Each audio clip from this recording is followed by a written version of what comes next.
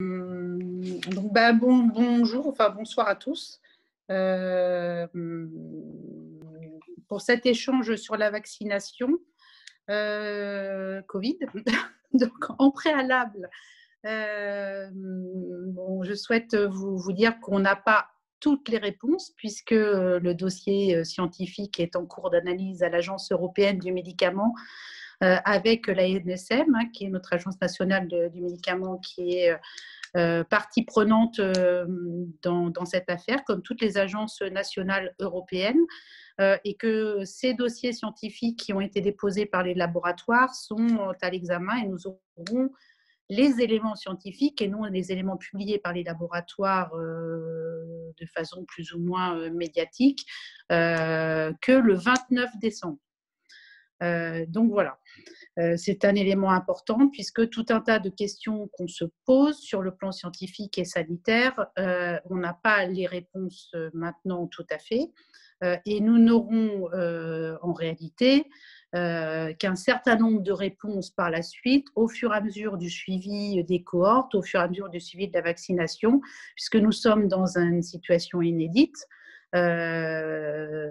Un virus jusqu'alors qui n'avait pas créé d'épidémie et dont on ne connaît pas encore tous les effets, dont on sait simplement qu'il est très actif, parce qu'il est arrivé sur une population naïve mondiale, sur le plan immunologique, donc du coup qui a eu une expansion très rapide. Pour lequel on évoque désormais quand même une forme de saisonnalité, en tout cas une sensibilité au froid, ce qui explique, outre le fait qu'on ait relâché notre attention, le fait qu'il y ait eu une deuxième vague et ce qui aussi peut inquiéter et en tout cas obliger à mettre en œuvre un certain nombre de précautions et à maintenir un certain nombre de précautions concernant les relations humaines et donc toutes les protections sanitaires essentielles. Puisqu'on pourrait évoquer éventuellement, on ne souhaite pas qu'il arrive, une troisième vague qui pourrait avoir lieu fin janvier ou février. En tout cas, les chiffres actuels de l'évolution de l'épidémie montrent qu'elle marque le pas, mais que nous sommes sur une forme de plateau avec, dans certains territoires, puisqu'elle est quand même très territorialisée, cette épidémie, des circulations encore très actives du virus. C'est-à-dire qu'on est pour un certain nombre, je ne sais pas quels sont vos territoires, dans des territoires qui, pour certains, sont bien une grande décroissance rapide de l'incidence et clairement, on est plutôt dans une situation plus confortable, mais d'autres, pour l'instant, qui n'ont pas connu cette situation plus confortable. C'est important parce que dans les incidences nationales, on a un rapport de 1 à 9 d'un territoire à l'autre, avec notamment encore en PACA, en Grand Est par exemple, et même en Île-de-France, une circulation très active du virus. C'est important parce que du coup, on n'est pas dans une situation sanitaire complètement stabilisée, ni saine vis-à-vis de la circulation du virus. Et qu'à partir du moment où on évoque la vaccination, il ne faut pas et collective et de maintenir une vigilance renforcée vis-à-vis de l'exposition et de la transmission du virus, et notamment protéger les populations dites à risque parce qu'elles ont une morbidité ou une mortalité beaucoup plus importante. Donc c'est essentiellement les personnes âgées, c'est-à-dire le facteur de risque le plus important, c'est l'âge, mais s'ajoute à ce facteur de risque de l'âge, pour des personnes qui sont plus jeunes, les comorbidités dont vous avez tous entendu parler, que ce soit les diabètes, les affections longue durée et un certain nombre de pathologies qui par la Covid, on déclenche des symptômes qui sont graves avec des problématiques d'hospitalisation et de réanimation derrière. On est au niveau de la réanimation, pour finir sur l'état des lieux et brosser le tableau global avant de venir directement sur le sujet de la vaccination. On est au niveau de la réanimation donc sur une décroissance, mais qui marque le pas également. Et quant aux hospitalisations, un certain nombre d'hôpitaux signalent à nouveau l'arrivée de… Alors, c'est pas un nombre aussi important que la poussée énorme qu'on a connue lors de cette seconde vague, mais à nouveau l'arrivée en hospitalisation de patients qui sont ou essoufflés ou ont des symptômes pour lesquels ils souhaitent être assurés et qui, pour un certain nombre, nécessitent un traitement. Pour la vaccination, donc je le disais, situation inédite avec un virus inédit, une pandémie inédite, mais également situation inédite du point de vue de la vaccination, puisque nous nous retrouvons face donc à un certain nombre de candidats vaccins qui ont donc des modes de fabrication et d'action très différents, et notamment dans ces candidats vaccins, des vaccins très nouveaux qui sont les vaccins dits à ARN messager, sur lesquels on entend un certain nombre de choses et sur lesquels je pourrais échanger avec vous. Il y a eu une forte accélération de la recherche, mais elle s'explique par le fait que des moyens intenses ont été mis en œuvre, que pour probablement un moment assez unique dans le monde, toutes les équipes scientifiques se sont mises à pied d'œuvre ensemble et il y avait déjà des études antérieures sur les vaccins ARN messagers et il y avait eu pas mal d'études scientifiques, mais qui pour l'instant n'avaient pas trouvé leur application. Et le fait que nous soyons en pandémie mondiale permet de tester de façon massive ces vaccins en même temps. Et donc de pouvoir faire d'emblée des études qu'on ne pourrait pas faire si l'épidémie s'était déclarée que dans un ou deux pays et sur une petite partie de la population, puisque pour en juger des effets, plus l'effectif concerné et suivi est grand. C'est pour ça qu'on a quand même des cohortes de la part des laboratoires qui sont de 30 000 personnes, qui permettent de comparer des personnes qui ont été vaccinées à des personnes pas vaccinées, et donc d'avoir sur un plan du nombre de personnes suivies par rapport à ce qu'on appelle cette phase 3 des vaccins, d'avoir une population suffisamment grande pour pouvoir déjà en tirer un certain nombre de conclusions. Conclusions que nous aurons réellement, je le redis, que le 29 décembre, puisque nous avons auditionné dans le cadre de l'Office parlementaire scientifique les différents interlocuteurs. L'ANSM nous a confirmé que nous aurions une information dans la foulée quasiment de la décision qui a été prise. Donc, ça ne traînera pas. Pourquoi le calendrier vaccinal tel qu'il a été proposé? Parce qu'il y a deux objectifs dans cette vaccination. Dans la vaccination, il y a deux objectifs. Où le vaccin est très efficace et permet de de développer des anticorps neutralisants. Auquel cas, on peut collectivement, à l'échelle d'une population entière, protéger vis-à-vis du virus.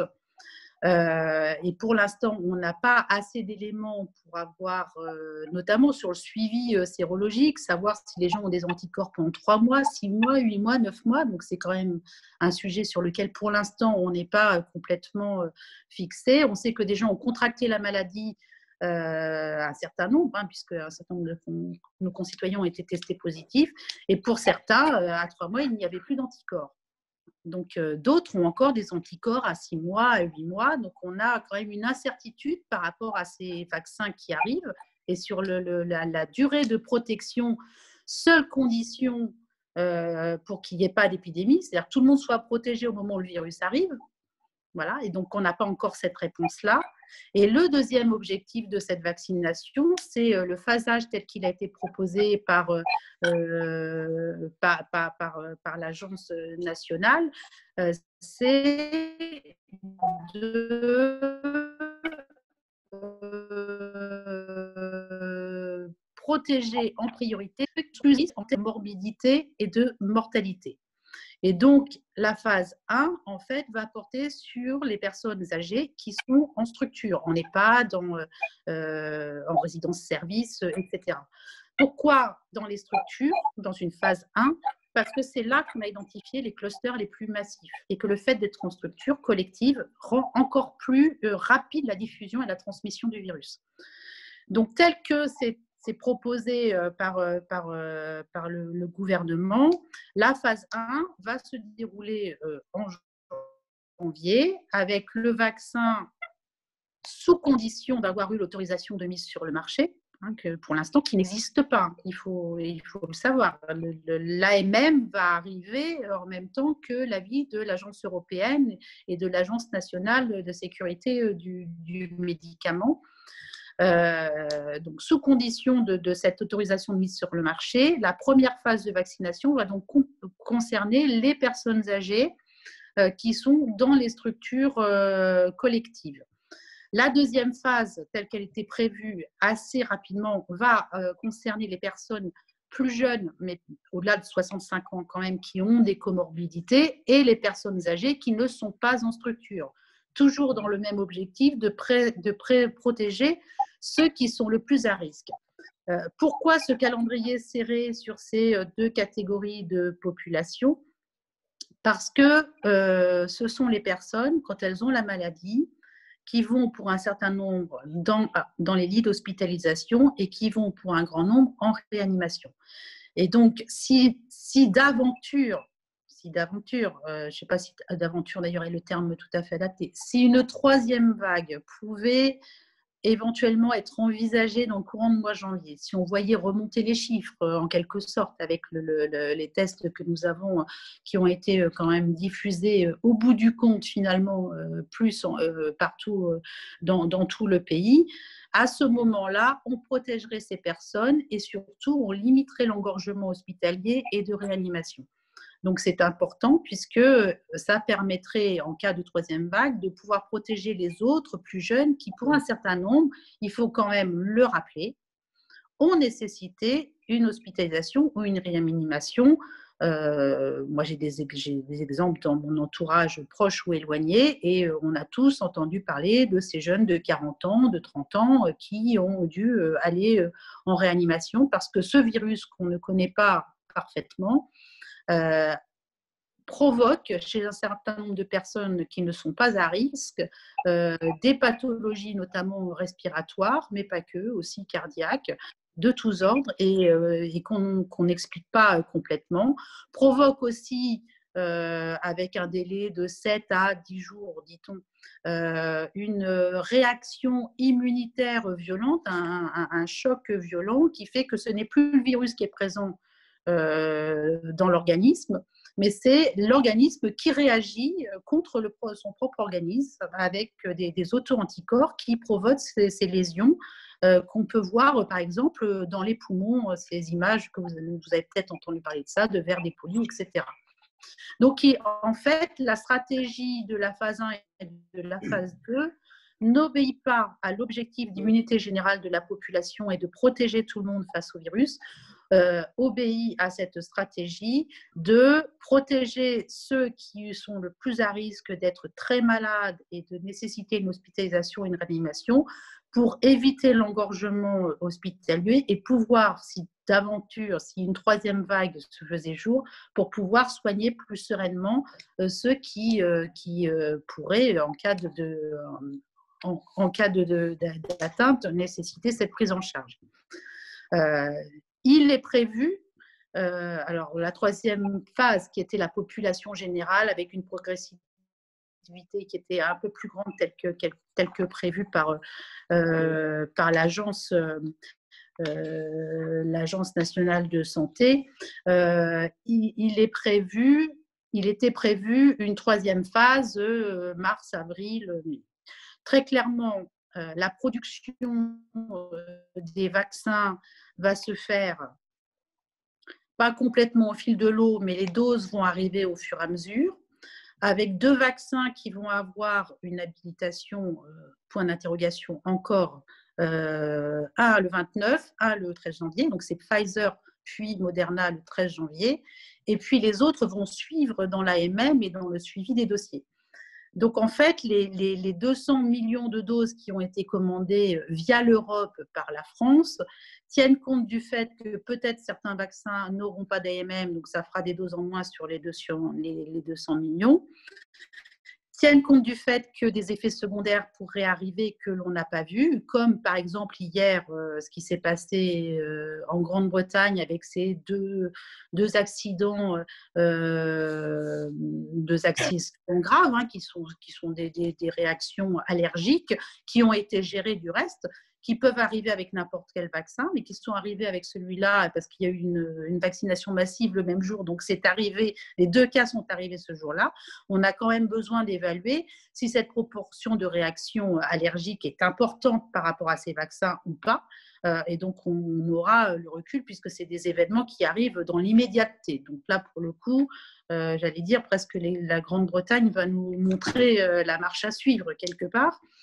Et donc, ça nous permet, nous aussi, ça permet à l'ANSM dans le cadre de l'autorisation de mise sur le marché, de déjà mettre dans un certain nombre de contre-indications. Comme on a des vaccins différents, ARN messager, vivants atténués, portés par d'autres virus qui sont des virus qui ne sont pas dangereux mais qui déclenchent l'immunité dans le cadre de la vaccination, on a complexité supplémentaire à analyser les effets secondaires qui pourraient être spécifiques à chacun des vaccins.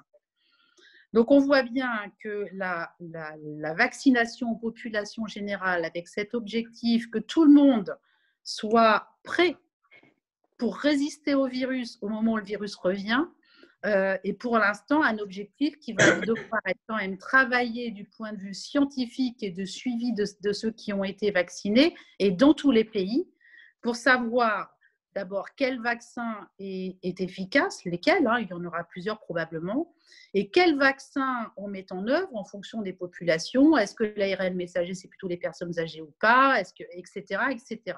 Et tout ça va devoir se faire dans les 4 à 5 mois qui viennent.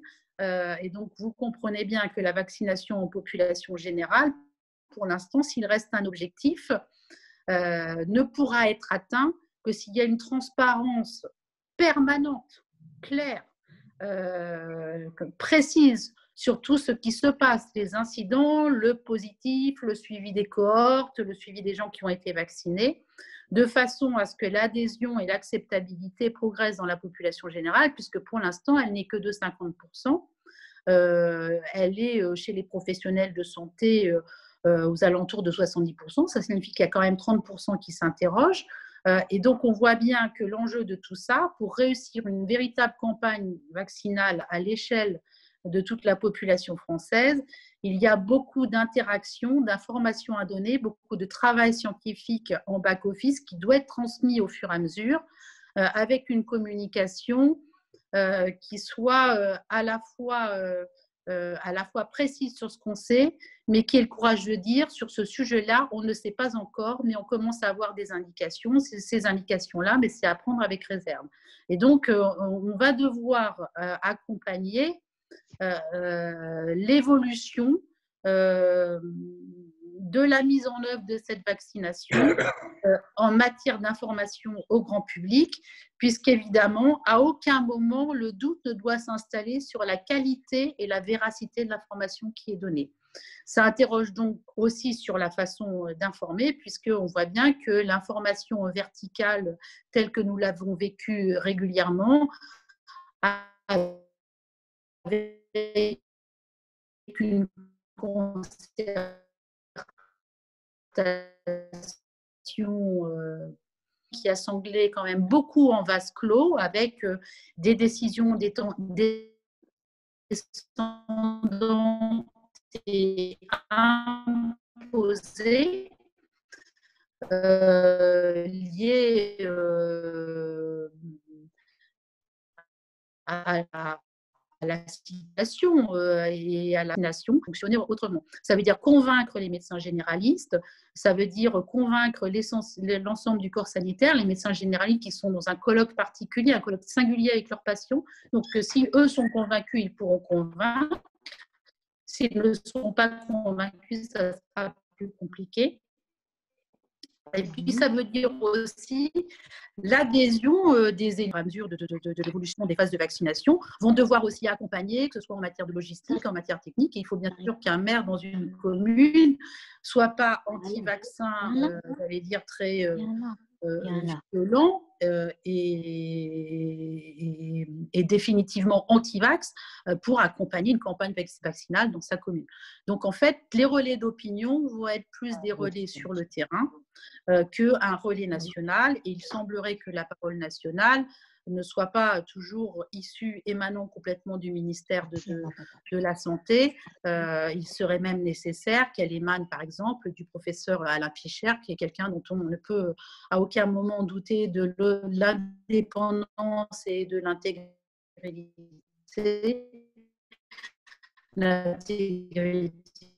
D'ailleurs, qui a eu une grande prudence sur ses propos. Bien, c'est une autre affaire, ça va être difficile, mais de communiquer mieux de façon à ce qu'on se pose, et qu'on se pose tous, hein, je le dis très clairement, j'ai beau être médecin, je me pose les mêmes questions que tout un tas de personnes, même si évidemment j'ai des éléments qui m'incitent plus pour certains sujets. Il n'y a pas de réponse, il faut le dire clairement, précisément, et dire mais dans un mois, on va avoir du recul sur telle population, et à ce moment-là, on pourra vous dire. Donc ça va être une communication chemin faisant au fur et à mesure de la progression vaccinale, ici et dans le monde, avec cette dimension européenne quand même, qui pour une première fois est à noter, parce que l'habilitation de l'agence européenne, qui va être une habilitation pour tous les pays européens, donc l'Agence nationale de sécurité du médicament en France, son avis sera celui de l'agence européenne. Ça montre bien que cet événement que l'on vit là a fait progressivement en matière de politique sanitaire de grande ampleur qu'à l'échelon national, mais qui avait nécessité aussi d'avoir une harmonisation européenne. J'ai essayé d'être la plus complète possible et de traiter de tous les sujets. Et voilà, je suis à vos dispositions. Merci Sonia, tu as fait un lien parfait pour Nathalie. Philippe, ça ne t'embête pas, on écoute Nathalie Collin-Serlet, puisqu'on vient de parler de l'Europe.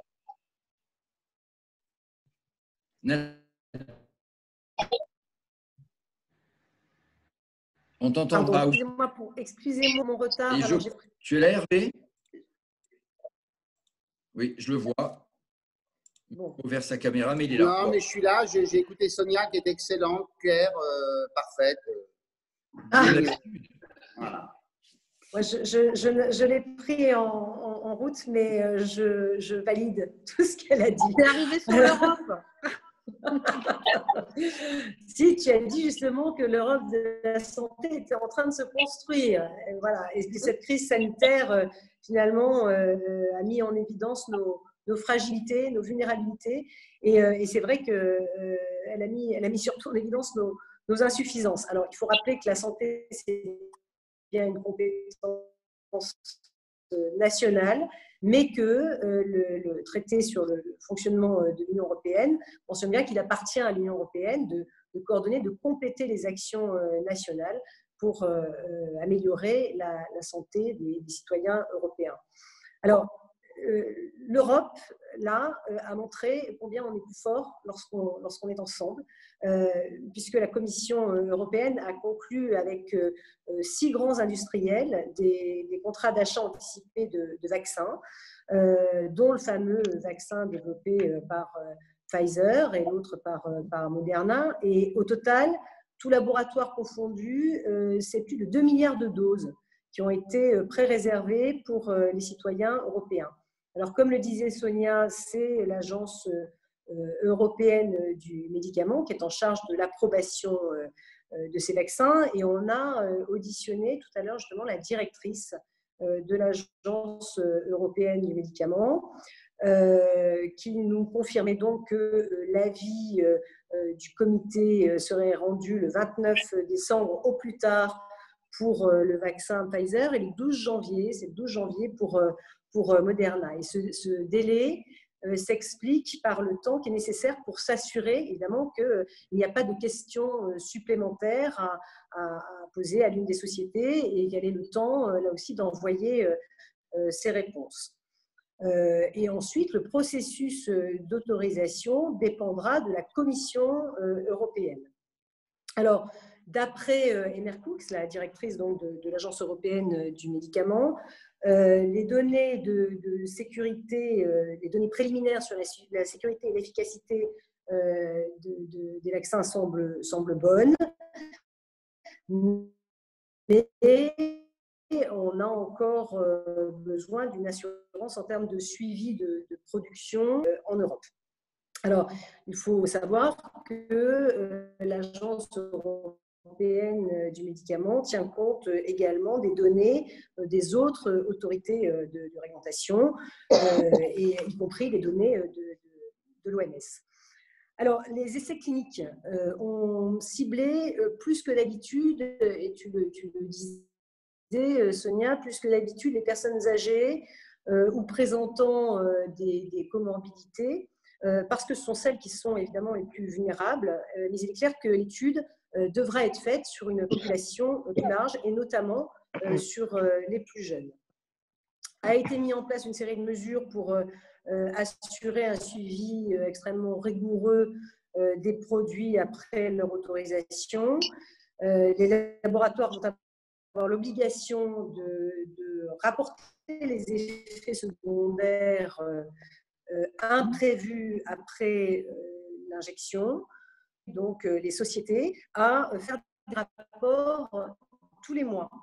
Donc là, on est quand même dans une transparence accrue. Et le nombre de personnes, il faut quand même le reconnaître, le nombre de personnes recrutées dans les essais cliniques est extrêmement important. On dépasse ce dont on a normalement besoin pour d'autres médicaments. Et même si est importante eu égard au nombre de participants, puisque chacun des essais a rassemblé plus de 30 000 volontaires. Et ces nombres sont encore en train d'augmenter. Donc, toutes ces données vont permettre de conclure, on l'espère, à la sûreté et à l'efficacité de ces vaccins. Alors, le mot-clé aujourd'hui, bien évidemment, c'est ce que tu disais, c'est la confiance. Parce que pour qu'on puisse prétendre à une immunité collective, encore faut-il que le taux de vaccination soit suffisamment important. Alors, la directrice de l'Agence européenne du médicament s'est engagée justement à publier, dès que l'autorisation de mise sur le marché sera donnée, à communiquer l'intégralité de la procédure réglementaire, également le plan de gestion des risques qui sera publié. Et puis demain, l'Agence européenne du médicament fait une grande audition qui est ouverte à tous les citoyens. Et donc, il est possible de poser des questions à la directrice de l'agence en ligne. Je vous transmettrai d'ailleurs le lien pour que ceux qui sont intéressés puissent interroger donc, la directrice de l'Agence européenne du médicament. Voilà ce que je voulais dire. Bon, c'est vrai que je crois vraiment que là, on est sur un bel exemple d'Europe de la santé, mais au-delà de ça, de l'utilité de l'Europe. Alors, on a évidemment des réticences de certains États membres qui n'ont pas envie de lâcher leur souveraineté nationale, qui n'ont pas envie de voir davantage d'Europe en matière de santé publique.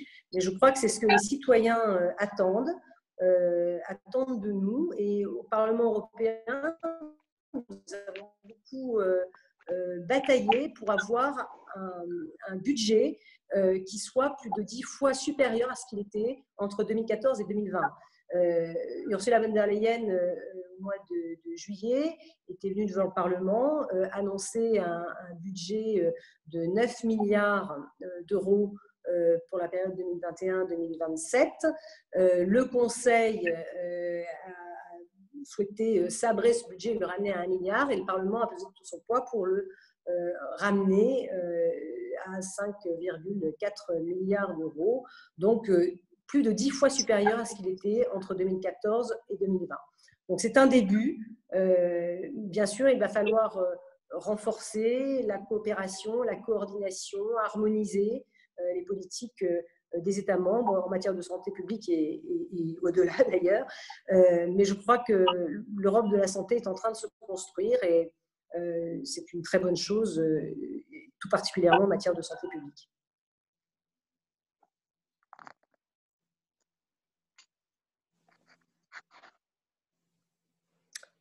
Je reste à votre disposition Philippe, pour toute question.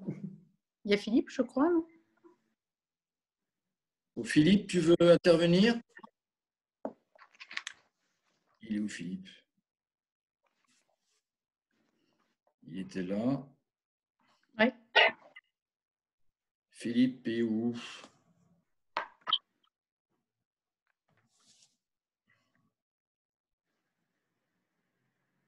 Bon. Une question à poser, si vous voulez. Allez-y, une question qui est. Alors, bonjour, je m'appelle Albert Bélez, j'ai 53 ans.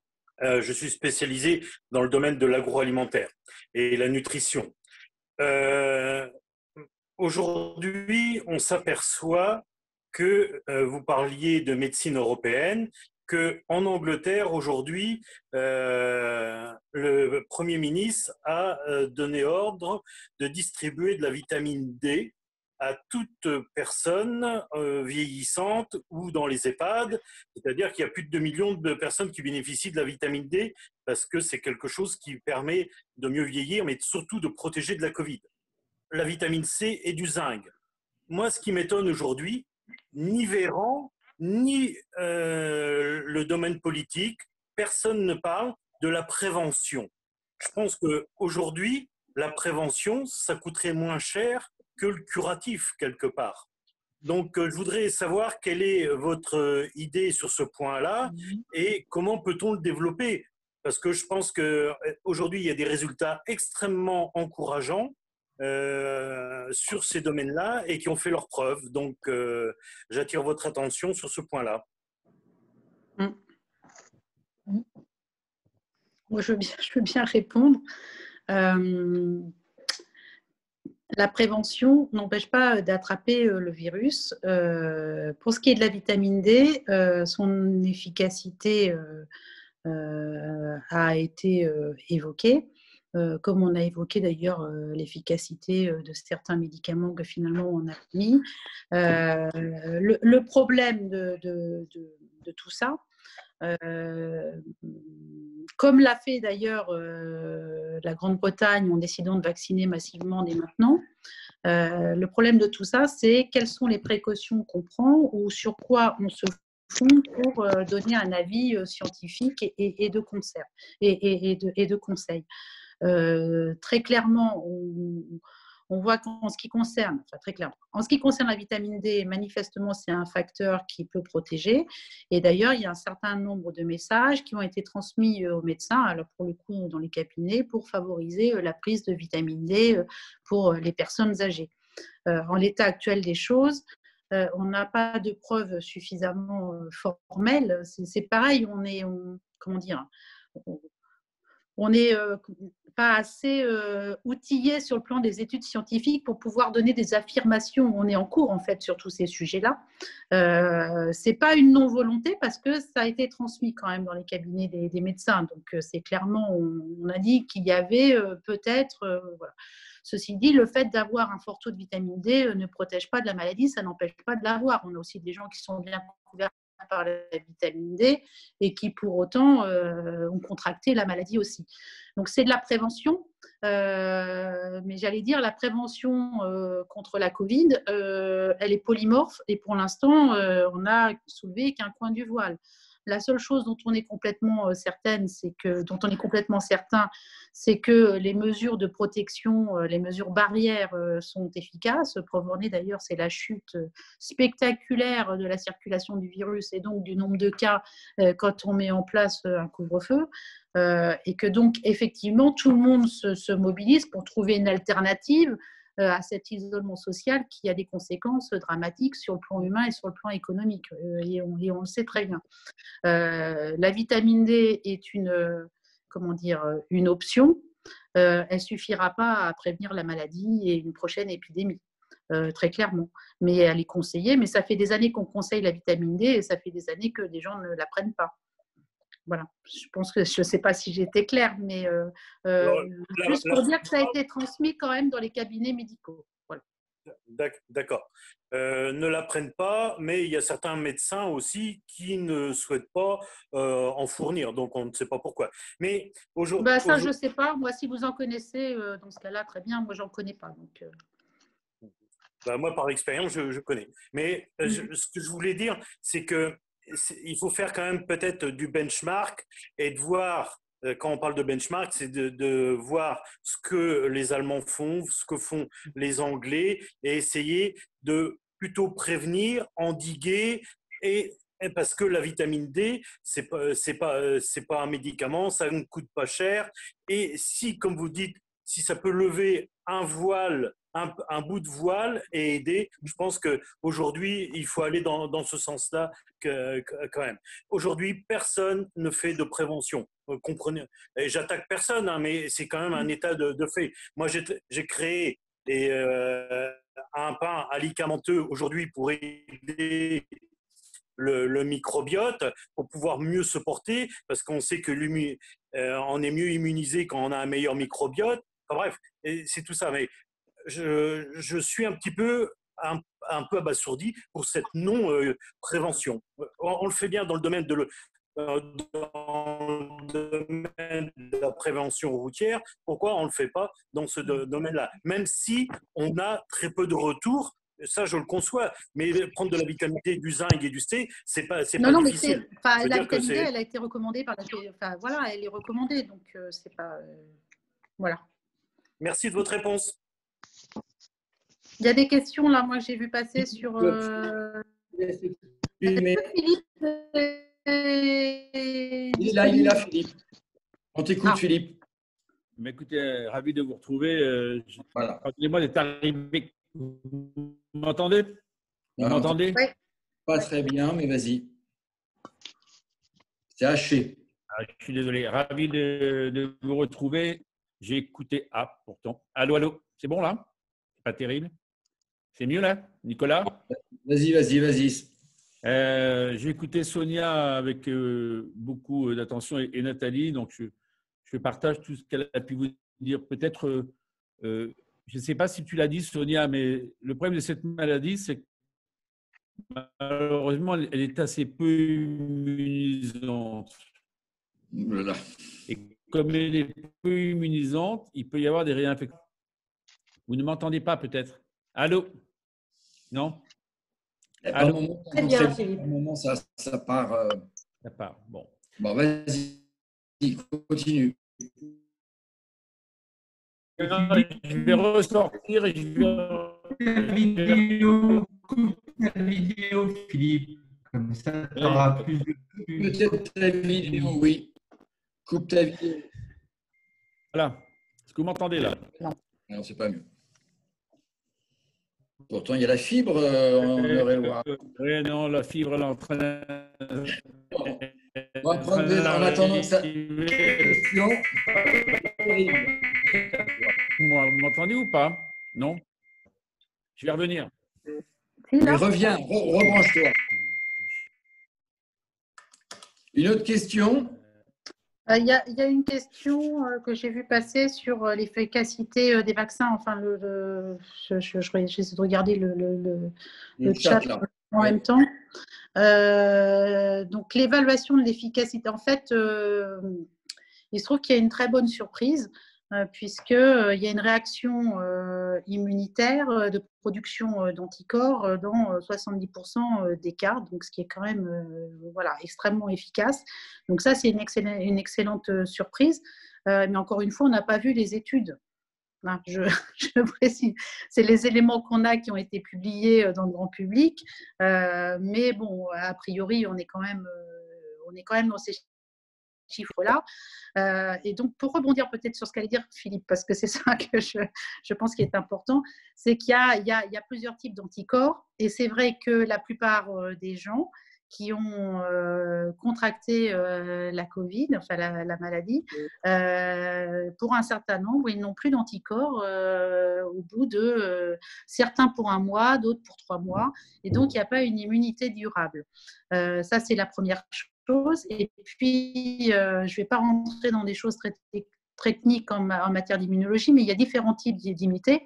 Et c'est vrai que l'objectif, c'est d'avoir des anticorps bloquants. C'est vraiment des anticorps qui bloquent le virus et qui font que quand on a été vacciné, on ne peut pas transmettre le virus. Et pour l'instant, ça, on ne sait pas.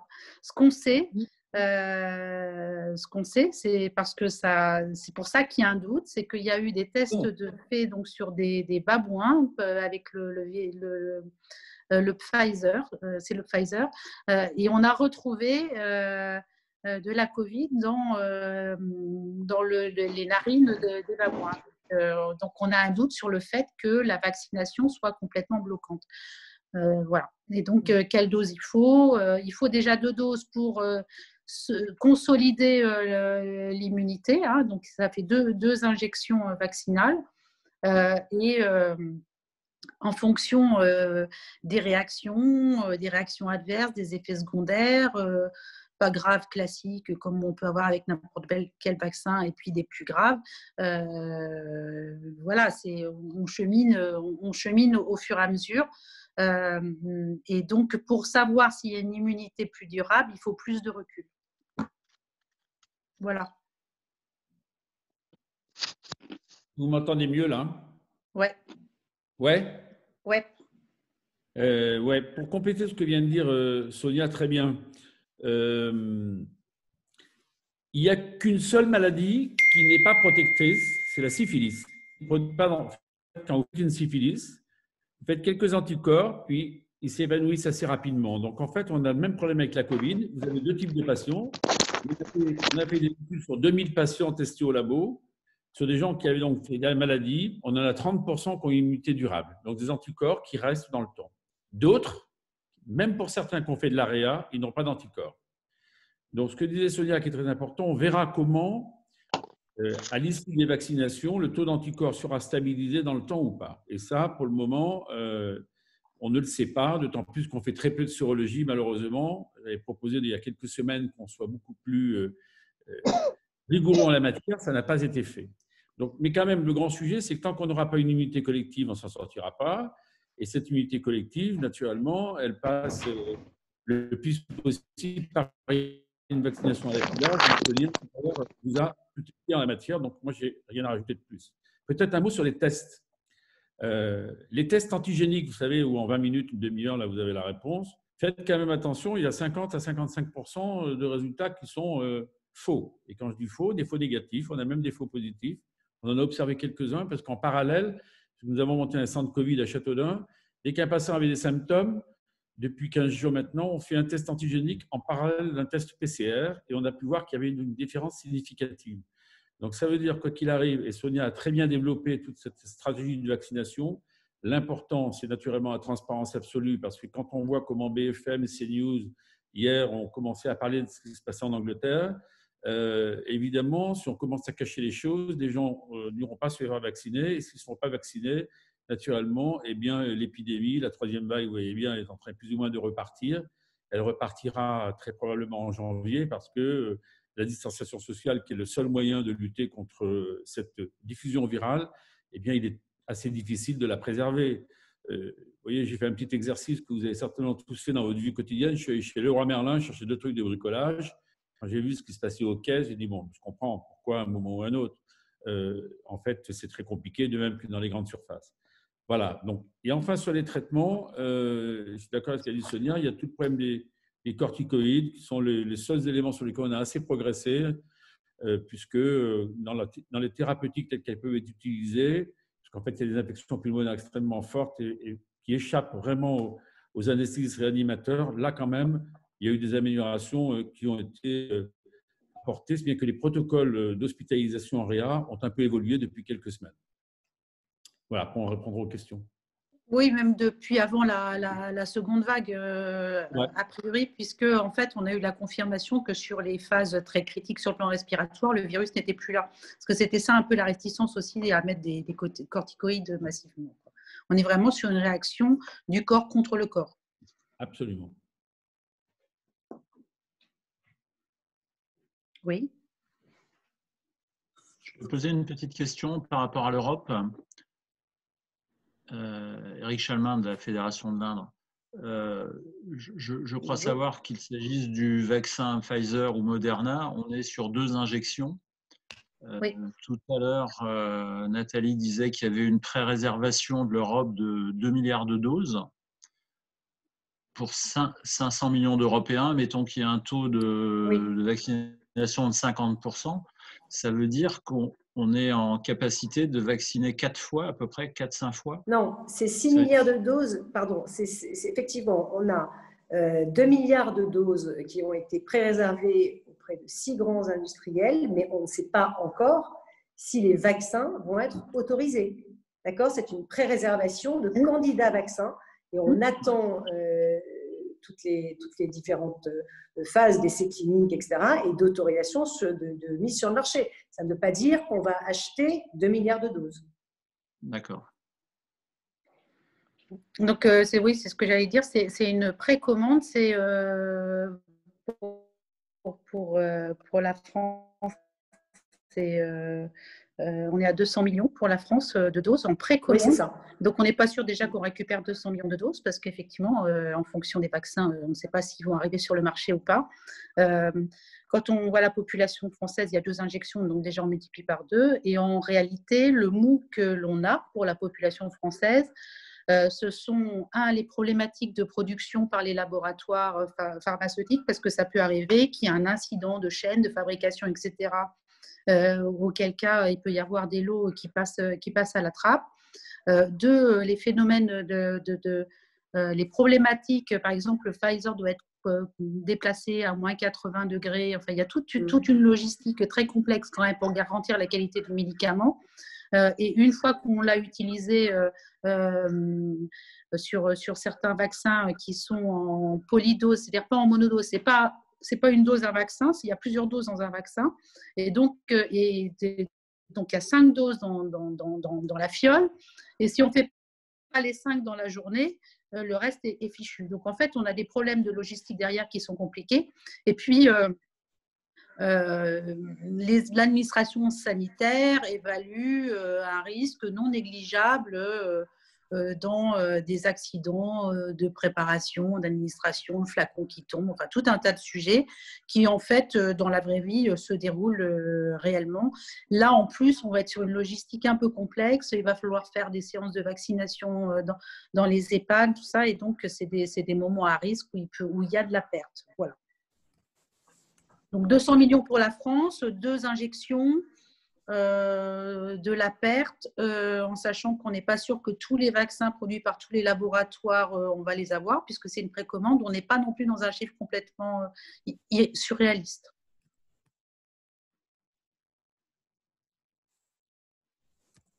Voilà. Ouais, c'est Philippe. Je partage ce que vient de dire Sonia. Je me souviens très bien d'H1N1, vous vous en souvenez tous, 2008. 2008, 90 millions de doses. Savez-vous combien de doses, en fait, on a réellement injecté, tellement la logistique était mal élaborée. Et donc, ce qui n'est pas complètement calé à l'heure actuelle, et je suis un peu inquiet quand je vois les ARS se mettre leur nez là-dedans, c'est la façon dont, dans les territoires, on ira vacciner les populations. Autant pour le personnel soignant, autant pour les EHPAD, les personnels hospitaliers, au sens large du terme, on arrivera à faire les choses, et les patients à risque. Mais, entre guillemets, la population générale, si on ne s'appuie pas sur les professionnels de santé libéraux, je ne sais pas comment on fera. Je me souviens très bien de 2008, on reprenait les infirmières à la retraite, on allait rechercher, c'est les sous-préfets qui pilotaient tout ça.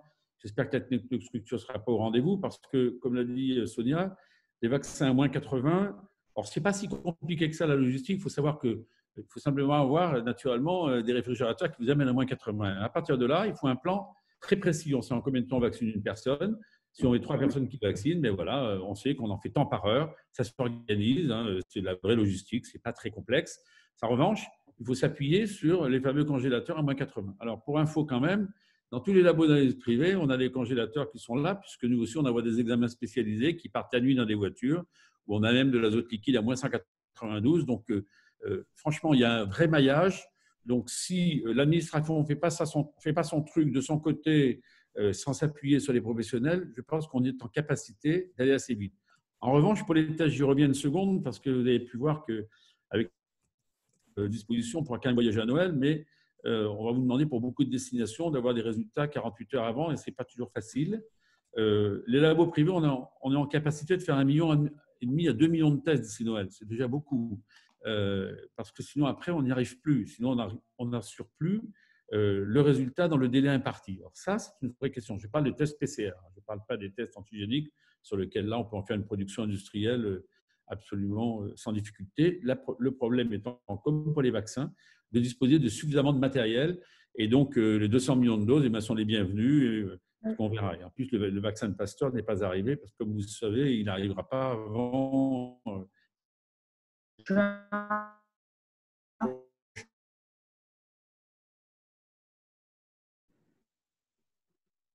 Parce qu'il y avait une question sur les vaccins classiques, donc c'est le Pasteur, et en fait, c'est ça, c'est juin, juillet. Ouais. Je peux poser une question, Emmanuel Dupuis? Oui. Oui, Sonia, et plus précisément par rapport à l'audition dont elle a fait référence tout à l'heure, Emmer Cook. On a eu vent d'attaque cybernétique qui a touché l'Agence du médicament européen. Est-ce qu'elle pourrait nous en dire plus? Et puis la question est précise. Si elle ne peut pas nous en dire plus, en tout cas, est-ce que la directrice est inquiète? Car beaucoup pensent que cette attaque est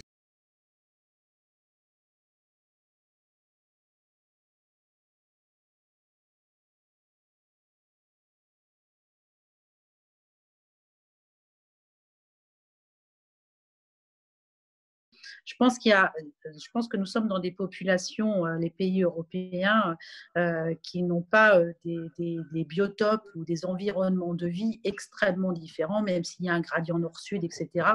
Toujours est-il qu'il n'y a pas la différence en Europe entre l'Alaska et puis les pays très chauds. Et que du coup, ça plaide en faveur au moins d'un certain nombre de politiques de santé publique qui pourraient être harmonisées. Et là, on le voit, on peut parvenir à le faire. Alors, bon, il va y avoir quelques difficultés par moment, mais enfin, en tout cas, on va essayer de le faire. Mais quand on a rendu obligatoire les 11 vaccins en France pour les enfants, je me suis vraiment posé la question de est-ce qu'il ne faudrait pas qu'il y ait un calendrier vaccinal européen, peut-être commencer par des vraies politiques de prévention et de santé publique, parce qu'un certain nombre de maladies, et je pense à la rougeole là, notamment, qui a eu des résurgences par endroits dans certains pays, un certain nombre de pathologies mériteraient qu'il y ait une harmonisation européenne pour être plus efficace en termes de prévention, voire d'éradication de la maladie. Oui, moi je partage ce que vient de... Vous m'entendez? Oui, très bien. Je partage ce que vient de dire Sonia. Alors, l'article 168 que je citais tout à l'heure nous permet d'aller quand même plus loin que ce que nous faisons actuellement. D'ailleurs, là, on vient de renforcer les pouvoirs de l'Agence européenne du médicament et d'en faire, en tout cas, c'est vraiment le souhait de Stella Kyriakides, de la commissaire à la santé, d'en faire vraiment une autorité régulatrice et notamment pour tout ce qui concerne les stocks de médicaments et pour éviter les surstockages dans certains États membres par rapport à d'autres qui sont concernés par des pénuries. Moi, j'ai plaidé également pour une pharmacie européenne d'urgence avec quelques stratégies justement de santé concernant quelques vaccins et médicaments essentiels. Je pense qu'on doit aller plus loin, mais ça reste quand même une compétence nationale, ne serait-ce que parce que la politique de remboursement des médicaments, des vaccins, est du ressort de chaque État membre. Donc, dès qu'on touche, moi je l'ai vu avec mon rapport sur la pénurie des médicaments, dès qu'on veut parler d'une harmonisation des prix, là, on voit que ça coince vraiment, parce que, bien sûr, alors, je crois qu'il faut commencer. Je pense vraiment que cette crise sanitaire nous permet de mettre sur la table toutes nos insuffisances et cet achat groupé ce préachat groupé de vaccins est déjà un très bon début. C'est une première, hein, c'est une première en Europe. Il faut aller plus loin, mais ça prendra du temps. Et puis, on a un problème, c'est que les politiques de remboursement du médicament sont très différentes d'un pays à l'autre. Bien sûr. Qui conditionnent du coup Bien sûr. une espèce de dumping vis-à-vis des laboratoires d'un pays à l'autre. Et nous, la France, comme on a la sécurité sociale et donc l'accès aux soins pour tous, parce que à la fois c'est un énorme acquis social, et même s'il faudrait peut-être un peu plus l'accompagner ou y réfléchir, parce qu'on n'est plus tout à fait dans un accès aux soins pour tous, mais c'est un autre débat. Mais clairement, cette politique à laquelle on tient énormément conditionne le fait qu'on a des moyens limités pour pouvoir accompagner la santé via le budget de la sécurité sociale, et que du coup, le prix d'achat du médicament vis-à-vis des laboratoires, en France, est un des plus bas d'Europe, et on le sait très bien. C'est pour ça, tu dois connaître ça très bien, Nathalie, c'est que les frontaliers vont se fournir dans certains médicaments dans le pays d'à côté parce qu'on ne l'a plus en France. Et ça, du point de vue européen, c'est quand même un vrai sujet. Même si, pour justement vivre dans le Grand Est, c'est justement une région qui devrait servir de laboratoire en termes de coopération transfrontalière, justement. Parce qu'on l'a vu lors de la première vague, et on le voit encore, il y a de vraies coopérations qui se mettent en place et entre États membres et même entre professionnels de la santé. Il y a une vraie coopération, de vrais échanges, et qui doivent servir d'exemple à plus grande échelle. Moi, je voudrais dire un mot. Je crois qu'on a assisté avec ce Covid jusqu'à présent à une collaboration mondiale extraordinaire. Franchement, d'avoir des vaccins disponibles en si peu de temps, on n'avait jamais vu ça. Parce que d'abord, il y a eu des informations qui ont été transmises par les Chinois aux équipes européennes, aux équipes américaines, et cette collaboration nous a permis pratiquement 13 mois après ou 12 mois après d'avoir ces vaccins disponibles. La deuxième chose, coopération européenne, Nathalie, tu faisais fait référence à l'instant, rappelez-vous, le Grand Est qui était hyper saturé. On a été contents d'avoir l'Allemagne qui nous accueillait, la Suisse et d'autres pays qui accueillaient les patients malades. Troisième chose sur Nathalie, et tu en parlais, Sonia, tout à l'heure, c'est sur les politiques de prévention. Je pense que là, il y a une véritable coopération à mettre en place. Et sur les politiques aussi de l'industrie pharmaceutique, parce que jamais il y a eu autant de ruptures de fourniture en médicaments que cette année. Autant d'incidents qui ont été dénoncés. D'ailleurs, on a essayé à l'Assemblée en vain d'essayer de faire passer un amendement. Les sénateurs est allé beaucoup plus loin que nous pour faire en sorte qu'il y ait des stocks garantis de 4 mois. On n'est pas arrivé. Et franchement, là-dessus, il faut le faire. Parce qu'en fait, quand on regarde les médicaments génériques, ils échappent quasiment pour 80% à l'Europe. Ils sont produits, comme vous le savez, en Asie et en Inde. Donc là-dessus, je pense que l'Europe peut jouer un grand rôle stratégique. Donc on peut à la fois avoir le rôle stratégique européen de coopération, de prévention, par exemple des pathologies comme l'obésité, les luttes contre toutes les maladies infectieuses sans genre du terme, et d'autres pathologies encore. Et puis en revanche, on sait qu'il y aura toujours une politique nationale parce que regardez ce qui se passe aux États-Unis, regardez ce qui se passe en Allemagne. Ce ne sont pas du tout les mêmes politiques d'accompagnement, naturellement, des soins et de la sécurité sociale telle qu'on peut l'avoir. Mais sans coopération européenne, et sans coopération tout court, ça nécessite des moyens financiers absolument considérables, le développement de toutes les nouvelles thérapeutiques. Et d'ailleurs, quand vous regardez, c'est assez fou parce que ce sont les revues scientifiques, bon, elles ne sont pas uniquement françaises, elles sont bien sûr internationales et elles couvrent bien sûr des pays d'Europe, mais aussi des États-Unis et d'autres grands pays développés. Bon. Et malgré cela, on sait que les avis médicaux diffèrent, les pathologies, les thérapeutiques ne sont pas toujours acceptées par les uns et par les autres ou mises en avant par les uns et par les autres. Je ne parle même pas de ce qui se passe avec Raoul, mais on sait que la protocolisation est très difficile.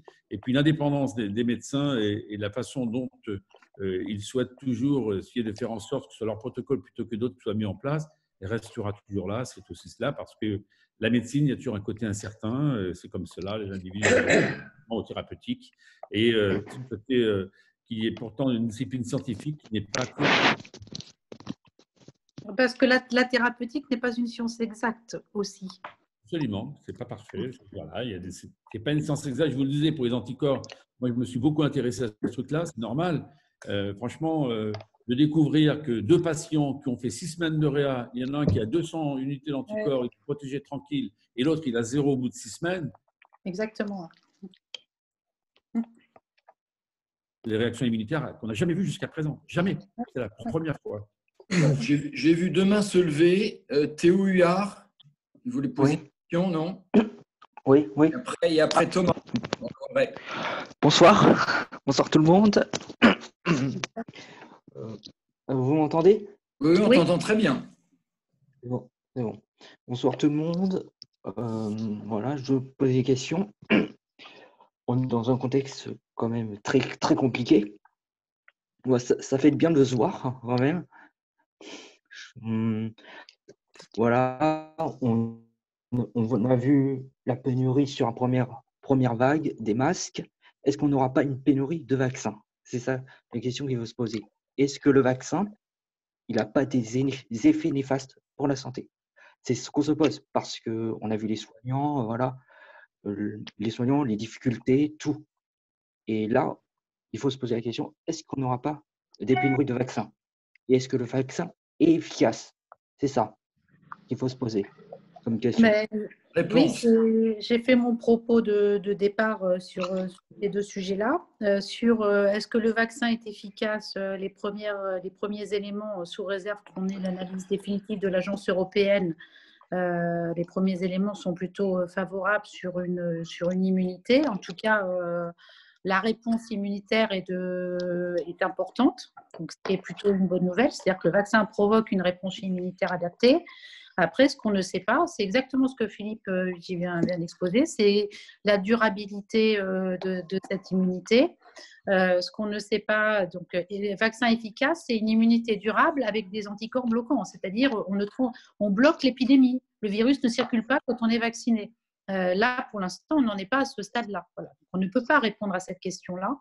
On peut répondre à la question du fait que si l'immunité est bonne, en tout cas dans l'immédiat, de vacciner les personnes dans les structures, au moment où arriverait une seconde vague, il pourrait y avoir une meilleure, quand même nettement meilleure protection, puisque ça serait juste après, troisième vague, excusez-moi, juste après, et que donc elle serait protégée à ce moment-là. Voilà, c'est ça l'argument de la stratégie qui a été mise en place. Et je laisserai mes collègues compléter. Et pour les effets secondaires, on est exactement dans la même chose.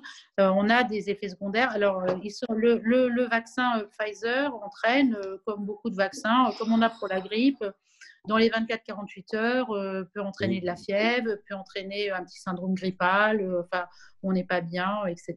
Donc, ce qu'il faut évaluer, c'est ça, c'est des symptômes, une douleur au point d'injection. Enfin, c'est des symptômes très classiques dans le cadre d'une vaccination. Ce qu'il faut savoir, c'est si c'est beaucoup plus qu'avec une vaccination classique. Voilà, donc la proportion est importante. Donc là, moi, je n'ai pas encore les éléments très clairement. Et puis, il faut savoir si ça mérite une prévention pour un certain nombre de personnes. Par exemple, voilà, prendre je ne sais pas ce qu'il faut dire, mais bon, bref, en tout cas, prendre un antipyrétique à ce moment-là pour éviter d'avoir une fièvre.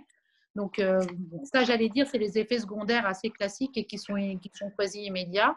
Il y a les effets secondaires plus graves, immédiats, qui sont les réactions immunitaires, comme on a pu voir, là, les gens qui ont fait des grosses allergies là en Angleterre. Donc là, il y a 2 cas. Est-ce qu'il y en aura d'autres?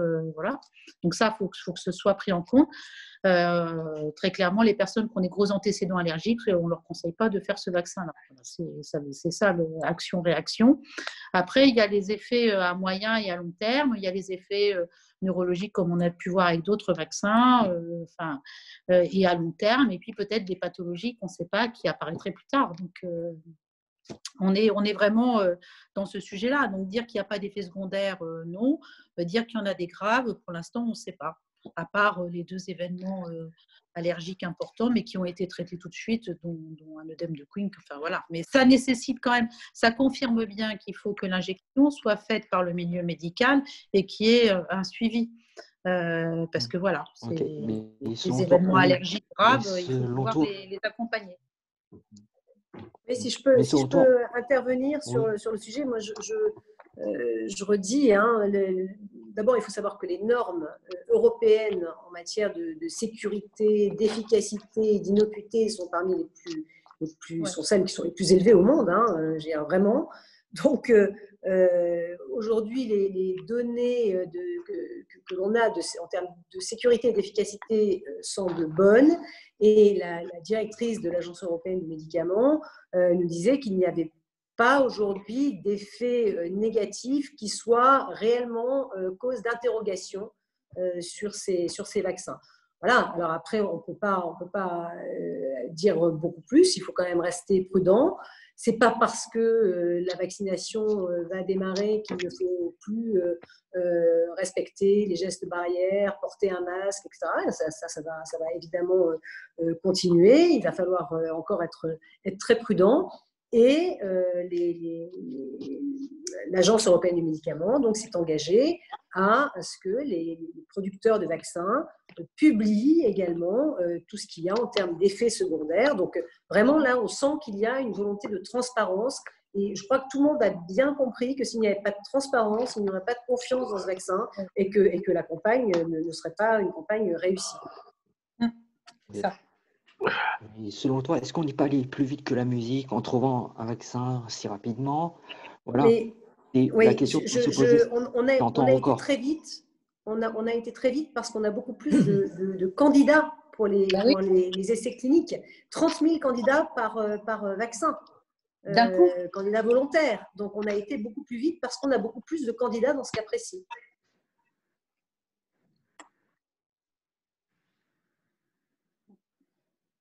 Ok, merci. Thomas. Bonsoir tout le monde, j'espère que vous m'entendez à peu près bien. On t'entend. Moi, j'avais deux, trois réflexions, deux, trois questions. Pour le vaccin, apparemment, Eric Combe, qui n'est pas le perdreau de l'année, qui est reconnu, a dit que sur le vaccin par modification de l'ARN, il y aurait à peu près 15,8% des gens qui ont été vaccinés qui auraient eu des effets secondaires.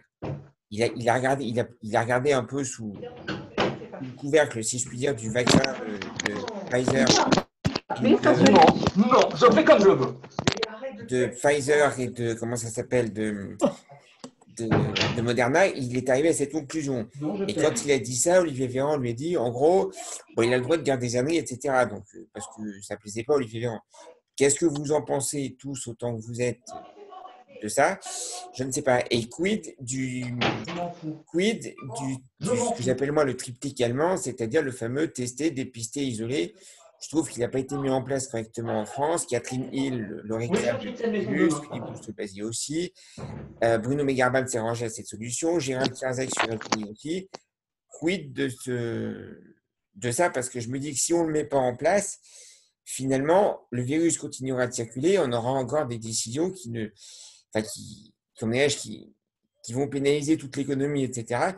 Il y a des détresses psychologiques pas possibles qui sont à prendre en compte. Il y a des gens qui se suicident. Moi, j'étais pas loin de le faire il y a 3 semaines.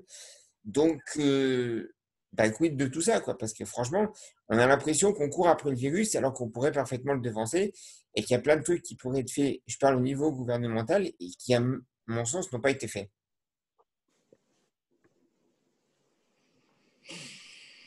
Bon, moi, je veux bien répondre à ça. Après, ça va être ma réponse à moi. Je me mets pas en défenseur du gouvernement. Il y a eu des erreurs. Et des faux pas qui ont pour certains des conséquences. Probablement, l'histoire des masques est quand même une histoire assez... qui fera date, je pense. Ça, je pense aussi. Voilà, dans le temps.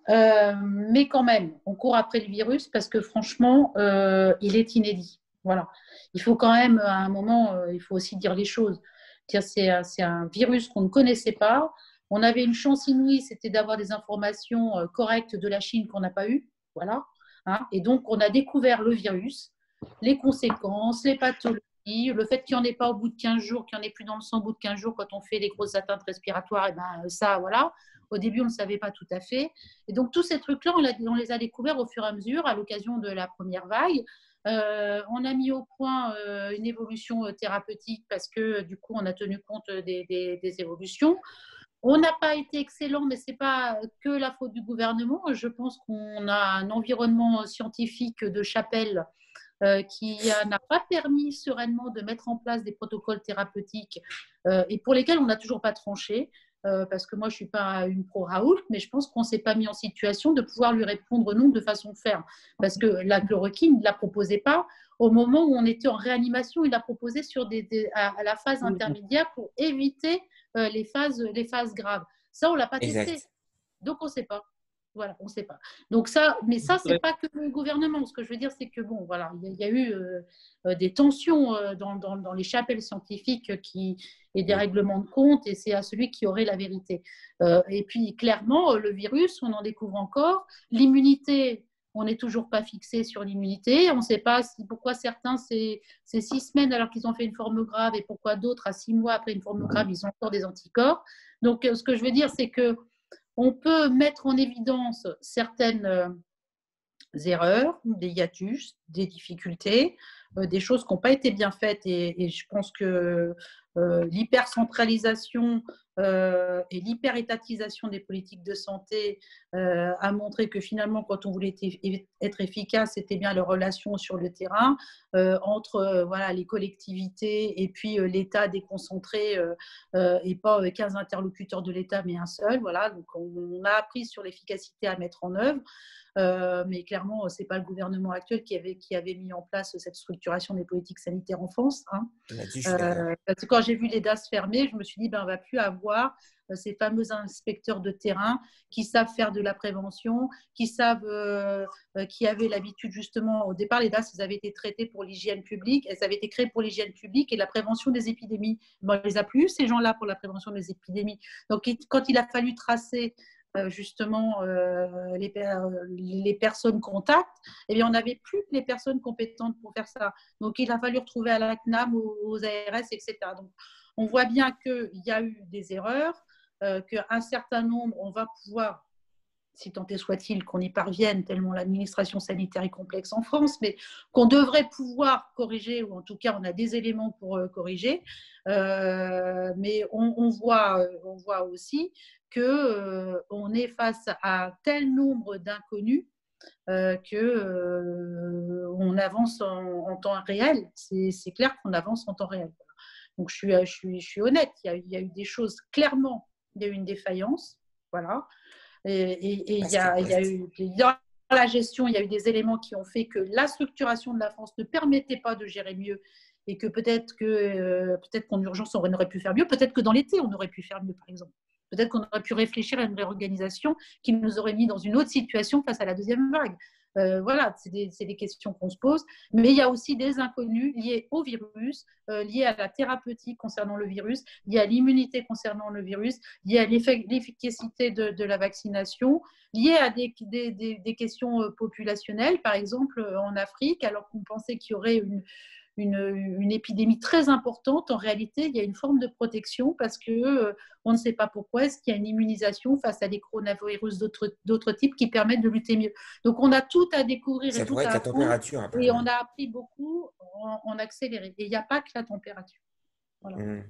Pour compléter ce qu'a dit Sonia, c'est bien parce que, vous voyez, sans même avoir répété entre nous, je trouve qu'on se complète bien et qu'il n'y a pas de distorsion, bien au contraire. On est les centristes.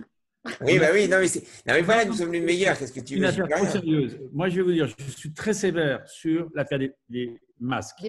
Et vous avez vu que M. Salomon nous a menti, et je fais partie également de la commission d'enquête parlementaire sur le Covid. Là, on sait qu'il a menti. D'ailleurs, c'est les sénateurs qui ont sorti tout ça. Et franchement, ça, c'est grave. Ils ont détruit ces masques. Et là-dessus, on a été nuls. Il n'y avait plus d'industrie. C'est ce qui s'est passé. Les régions, chacun a fait ce qu'il a pu. Hervé, comme tous les autres. Et franchement, heureusement que les collectivités étaient là. Sur la politique des tests, étant en labo, au début, c'était tout et n'importe quoi. Les ARS nous donnent des ordres et des contre-ordres. Le test anti-Covid, je rappelle, l'application où les Français ne l'ont pas chargé, elle ne marchait pas bien. La nouvelle marche très bien. Et il y a eu un peu plus de civisme. On a complètement loupé le déconfinement cet été. Tout le monde s'est dit, ça y est, la fête est finie, on y va, on fonce, on ouvre les portes. Et non. Les thérapeutiques, on vous l'a bien expliqué, je crois, avec la plus grande des transparences, notamment ce qu'ont dit mes deux collègues à l'instant sur les vaccins. Et franchement, on On verra si les accidents sont là ou pas. Il y en aura comme pour tout médicament. Rappelez-vous, il y a tellement de médicaments où 5 ans, 10 ans, 15 ans après, il n'y a rien sans qu'il y ait quelquefois des conséquences. Ça n'existe pas. Le zéro risque n'existe pas. Et ce qui est assez impressionnant, c'est qu'on va voir si ou non cette campagne de vaccination va être bien réussie. Moi, je me permets d'insister là-dessus parce que j'avais fait partie de la commission d'enquête parlementaire qu'on avait déclenchée après donc H1N1, Bachelot étant ministre. C'était la logistique. Franchement, si on ne s'appuie pas sur les professionnels de santé, si on ne maîtrise pas tous les corps logistiques, on se replantera. Et on se replantera d'autant plus, et Sonia l'a très bien expliqué à l'instant, c'est qu'on ne connaît toujours pas le niveau d'immunisation post-vaccinale. Et que lorsqu'il y a réinfection, souvent, eh bien, la seconde infection est plus forte que la primo-infection. Enfin, quand même, cette coopération exceptionnelle, soulignons-la, c'est la première fois que ça se passe comme ça. Donc, c'est plutôt mon gage pour l'avenir. Après, il y a d'autres questions qu'il faut se poser. Pourquoi, regardez, quand Macron fait sa conférence de presse il y a un mois, il nous explique que les modélisations qu'on lui donne font qu'il y aura 8000 personnes en réa. En fait, on n'a jamais franchi le cap des 5000. Ça veut dire que toutes les modélisations mathématiques, quelquefois, elles peuvent se planter. Et que le seul moyen de lutter, c'est la distanciation sociale, c'est les gestes barrières, se laver les mains, c'est respecter voilà, le fait qu'on limite la circulation du virus. Et après, le deuxième sujet, on le voit bien, c'est qu'il y a des jeunes qui sont porteurs sains, très nombreux. Certains avant, au début de la maladie, dans la première phase, ne déclenchaient quasiment pas la maladie. On sait que maintenant, depuis les confinements et deuxième phase, il y a même des jeunes qu'on retrouve en réa, en proportion beaucoup plus importante. Donc, on apprend. Il faut aussi peut-être un peu d'humilité, parce que ce n'est pas simple tous les jours. Et les médecins, franchement, sont en première ligne pour agréger toutes ces données. Mais, dernier mot, que vous n'empêcherez pas, cette guerre nucléaire entre Raoult est totalement inconvenant, quoi.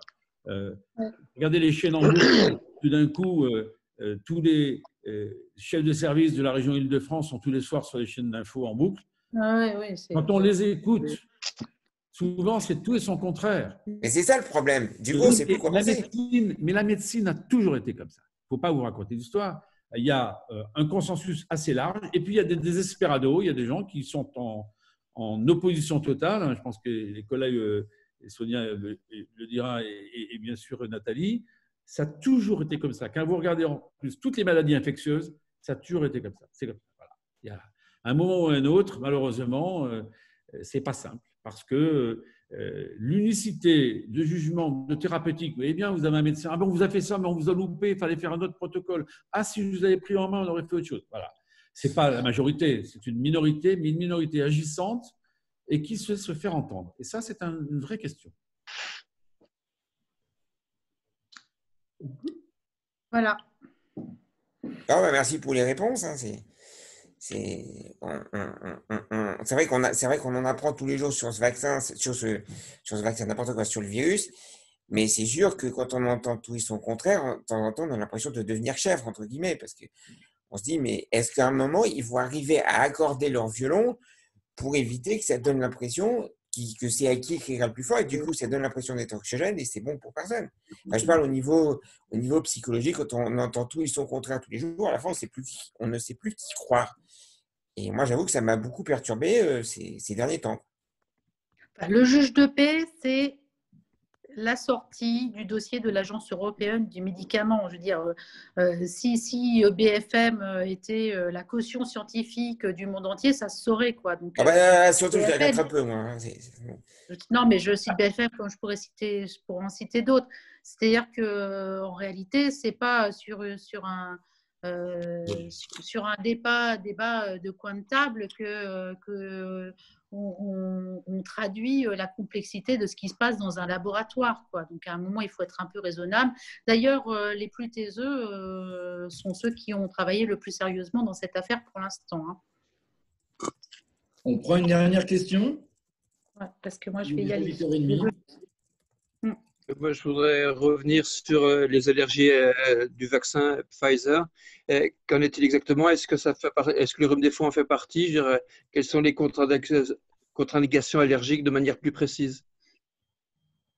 Oui, enfin, ça peut être pour moi, mais moi, je suis pas D'abord, moi, je fais pas partie des personnes qui suivent les dossiers des laboratoires.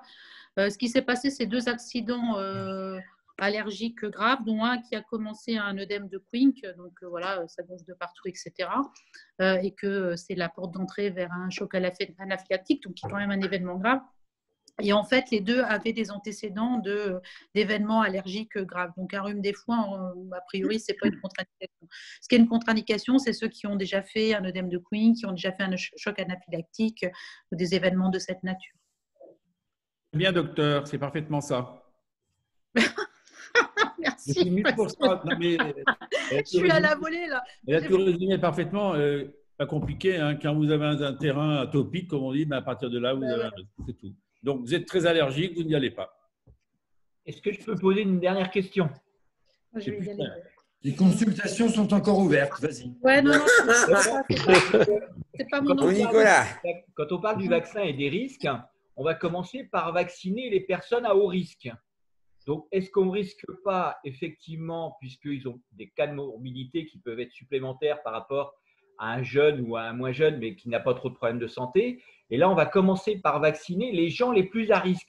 Est-ce qu'on ne risque pas, à un moment donné, d'avoir plus de problèmes et d'avoir une désaffectation contradictoire, effectivement. Bon. En fait, toute politique de santé publique et de santé en général repose sur la balance bénéfice-risque. Et là, pour les personnes âgées, qui sont pour un grand nombre hospitalisés, qui pour un grand nombre décèdent, pour un grand nombre vont en réanimation et pour un grand nombre ont des séquelles respiratoires qui raccourcissent leur vie, c'est-à-dire quand ils arrivent à sortir et derrière on a une mortalité qui est quand même plus précoce. La balance bénéfice-risque d'éventuels effets secondaires qu'on n'a pas encore mis en évidence sur les vaccins penche vraiment en faveur du fait de les vacciner parce que ceux qui vont faire des anticorps efficaces, et c'est a priori quand même, voilà, moi j'attends encore des dossiers, mais bon, on commence à avoir des échos un peu partout. A priori la couverture immunitaire derrière est quand même assez importante, même chez les personnes plus âgées. Et ben celles-là, il vaut mieux les protéger du virus que les protéger du vaccin. Très bien. Et Sonia a parfaitement raison, parce que quelqu'un de 85 ans qui est en EHPAD qui a la Covid, si jamais il doit aller en réa, ben vous ne le sortirez pas. Ou vous le sortirez avec des conséquences absolument dramatiques. Donc, pour un médecin, il choisit entre les deux mots. Voilà, donc je signe ce propos 2 fois. Oui, et pour finir, l'Agence européenne du médicament, justement, fonde son analyse sur ce critère. Hein, la balance bénéfice-risque. La balance bénéfice-risque. Et évidemment, il y a des groupes prioritaires, et ces groupes prioritaires, donc on parlait des personnes âgées, personnes ayant des comorbidités, ont plus de risques de décéder de ce virus que d'avoir, a priori, des effets secondaires. Un incident avec le vaccin. Mortels. Voilà. Et pour la réponse. Ouais. Ce que je trouve assez étonnant, c'est que vous venez de nous dire dans cette conférence qu'il y a un problème dans la question de l'immunité avec cette maladie et qu'on mise tout sur un vaccin qui est justement la façon de déclencher de l'immunité. Donc, je suis très, très étonné en fait. Je comprends qu'on cherche un espoir, mais a priori, ça ne peut pas être la solution. Il y a quand même des choses que j'ai essayé de dire, c'est que s'il y a une 3e vague, elle sera à fin janvier, dans le courant de février, et qu'à ce moment-là, les personnes âgées qui pourraient souffrir épouvantablement une fois de plus de la 3e vague seraient à ce moment-là immunisées parce qu'on serait assez proche du vaccin pour avoir encore des anticorps. Oui, je comprends. Le point, si vous voulez, qui m'interroge beaucoup dans ces histoires, c'est que, OK, on a 30 000 personnes qui ont été testées, mais la probabilité pour que ce soit des personnes âgées avec comorbidité, comme c'est le cas des victimes principalement actuellement, est assez légère. Donc, je comprends qu'on va avoir des tas de vaccins qui vont être achetés, que ça va bien profiter à des laboratoires et c'est bien pour eux, ils font très bien leur marketing.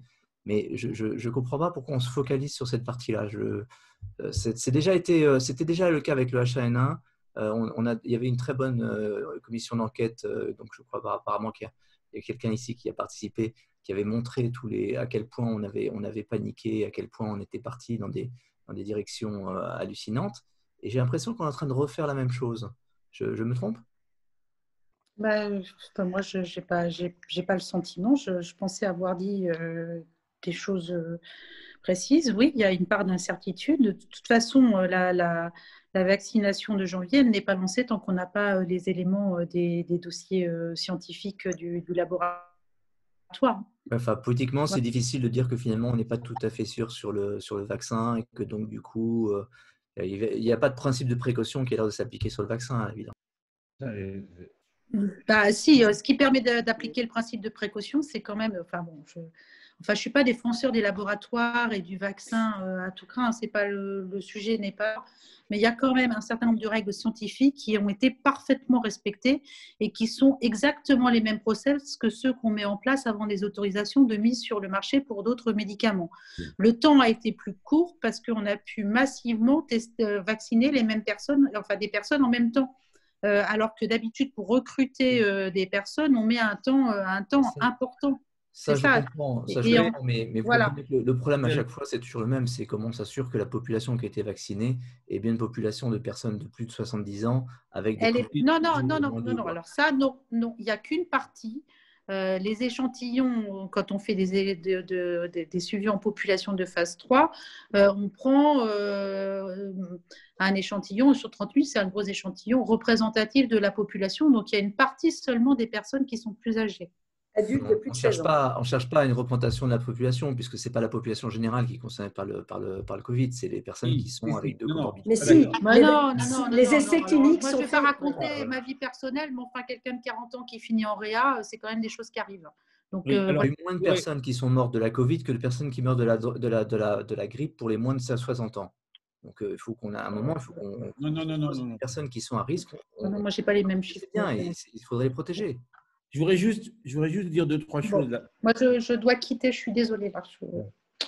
Vraiment, je m'excuse, je vous remercie tous pour cet échange. On finit, Philippe peut Merci Sonia. Philippe, Sonia, à bientôt. Salut Sonia, je vais dire un dernier mot. Je pense que, attendez. On ne peut pas laisser dire que la fabrication de ce vaccin s'est fait n'importe comment. Elle a respecté tous les protocoles. Non, mais c'est trop important pour qu'on traite ça à la BFM ou à la CNews. Elle a respecté parfaitement les phases 1, 2, 3 qu'on applique, et en plus, là, dans un cadre européen, et Nathalie a très bien rappelé les choses tout à l'heure, que l'on applique pour tout vaccin mis sur le marché maintenant. À mieux encore, avec une harmonisation des règles totalement européennes, puisque c'est l'agence européenne qui a validé, alors que dans certains vaccins tels qu'on peut les trouver encore sur le marché, et notamment ceux avec lesquels on vous a tous vaccinés, parce que je rappelle qu'il y a des vaccins obligatoires qui ont été étendus à 11. On n'en parle pas des bienfaits des vaccins obligatoires. Combien il y a de cas de tétanos en France à l'heure actuelle? Combien il y a de cas de diphtérie en France à l'heure actuelle? Combien il y a de cas de coqueluche en France à l'heure actuelle? Donc, il y a des accidents avec certains vaccins. Mais ils sont très, très, très peu nombreux. Mais pardonnez-moi, vous prenez des médicaments pour la thyroïde, vous avez vu ce qui se passe. Vous prenez des médicaments pour le diabète, vous avez vu ce qui se passe. Il n'y a rien pour lequel, je vous le dis avec beaucoup de recul, il n'y ait pas d'impunité. Deuxièmement, et de risques collatéraux. Deuxièmement, sur les jeunes, je l'ai dit tout à l'heure, c'est faux. Dans la première phase, il y avait beaucoup d'anciens, beaucoup d'aînés et très peu de jeunes. Dans la deuxième phase, il y a beaucoup de jeunes. Des jeunes à 40 ans en réa. Et oui, et qui passent 6 semaines, 8 semaines, 10 semaines pour certains, avec des conséquences ad vitam aeternam. Donc, si on est allé si vite, et Nathalie l'a dit, mais Sonia l'avait dit également, d'abord, c'est un effort européen considérable, des financements considérables à la clé. Et surtout, c'est qu'on a eu toutes les informations sur le codage génétique parce que les Chinois là-dessus ont été très coopératifs. Mais pardonnez-moi, on n'est pas sur les vaccins russes. Vous vous souvenez que M. Poutine nous expliquait qu'au mois d'avril, on vaccinait en Russie avec succès. Eh bien, regardez ce qui se passe à l'heure actuelle. Il y a ce qu'on appelle un échappement de la maladie qui se passe en Russie à l'heure actuelle. Parce que la qualité de leur vaccin, évidemment, n'a strictement rien à voir avec la nôtre. Donc, il y aura des conséquences sur certaines personnes, bien sûr. Il y aura des risques, malheureusement, certainement, quelques accidents. Mais pas plus qu'avec les autres vaccins. Pas plus. Franchement, on verra dans le fil du temps. Ce qu'on ne sait pas, c'est le taux d'immunisation et si ou non vous êtes immunisé. Regardez les hépatites pour les femmes, les jeunes filles. Pourquoi on immunise les jeunes filles avec l'hépatite B, vous vous rappelez, eh bien, c'est parce que ça évite tellement de conséquences derrière. Et d'ailleurs, on parlait de l'Afrique tout à l'heure. L'Afrique était absolument ravagée par les hépatites B et les hépatites C. Et depuis qu'on a massivement vacciné, j'assure que c'est en régression absolument extraordinaire. Mais parce que ce sont, en revanche, les vaccins d'hépatite sont parfaitement immunisants. Moi, je vois au labo, quand il y a des gens à qui j'ai fait des dosages d'anticorps ou des rubéoles toxo chez les femmes qui ont la chance d'être enceintes, et bien une fois que vous êtes immunisé, c'est à vie, c'est terminé, vous êtes tranquille. Là, on ne le sait pas. Et ça, c'est une vraie difficulté. Là où, en revanche, je retrouve ce qui vient de poser la dernière question, c'est que sur un jeune, s'il a 40 ans et s'il fait une réinfection et si en plus il est diabétique, alors là, il a un risque, malheureusement, pathologique très grave et quelquefois une morbidité, un taux de morbidité, donc en clair, malheureusement, des conséquences définitives très importantes. Merci. Que risque Jérôme Salomon pour avoir menti? Ouais, petite question juste au passage. C'est une très belle question, ça va lui coûter cher parce que tout ce qu'il nous a dit, il l'a fait sous serment. Oui, c'est ça, c'est parce que c'est bien ce qui me semblait. Donc c'est un parjure en fait. Enfin, je ne sais pas si on appelle ça un parjure. Lui nous a menti. Et moi, on a auditionné le lendemain le patron de Santé publique France. Et le sénateur, c'est encore plus frais pour eux, le dirait bien mieux que moi. Ces deux maisons ne se parlent pas. D'ailleurs, le nombre de décès dans les EHPAD en France, vous savez comment ça remonte? Le nombre de décès de la Covid. Les EHPAD, ça passe par Santé publique France. Entre guillemets, tout ce qui n'est pas dans l'EHPAD passe par les ARS et ça remonte à la DGS. Et tout le reste passe par Santé publique France. C'est pour ça que les lundis, vous avez des chiffres qui sont toujours plus importants parce qu'on n'a pas réussi à faire le recollement du week-end. Ils ne se parlent pas, ils se détestent cordialement et pourtant, la DGS, normalement, a l'autorité sur les agences. Mais le problème, c'est qu'en France, on a multiplié les agences qui sont des pouvoirs et des États dans l'État. Et même le ministre a bien du mal, on a pu l'observer en auditionnant Véran, à faire en sorte que les instructions ministérielles soient parfaitement respectées par les agences. En gros, vive la décentralisation pour éviter les strates un peu à tous les niveaux, quoi. À côté de ça, non, parce que Nathalie est là, mais l'ARS du Grand Est s'est fait virer, vous vous en souvenez? Voilà. Oui, c'est vrai. Les amis, je vais devoir vous quitter aussi. Merci. C'était super. Merci à tous. Prochaine visioconférence, ça sera sur la sécurité globale avec Loïc Hervé qui est co-rapporteur au Sénat, Philippe sera là et Charles Courson. On vous donnera la date. Merci encore, à très bientôt. Très bien. À bientôt, merci. Bonsoir. À bientôt.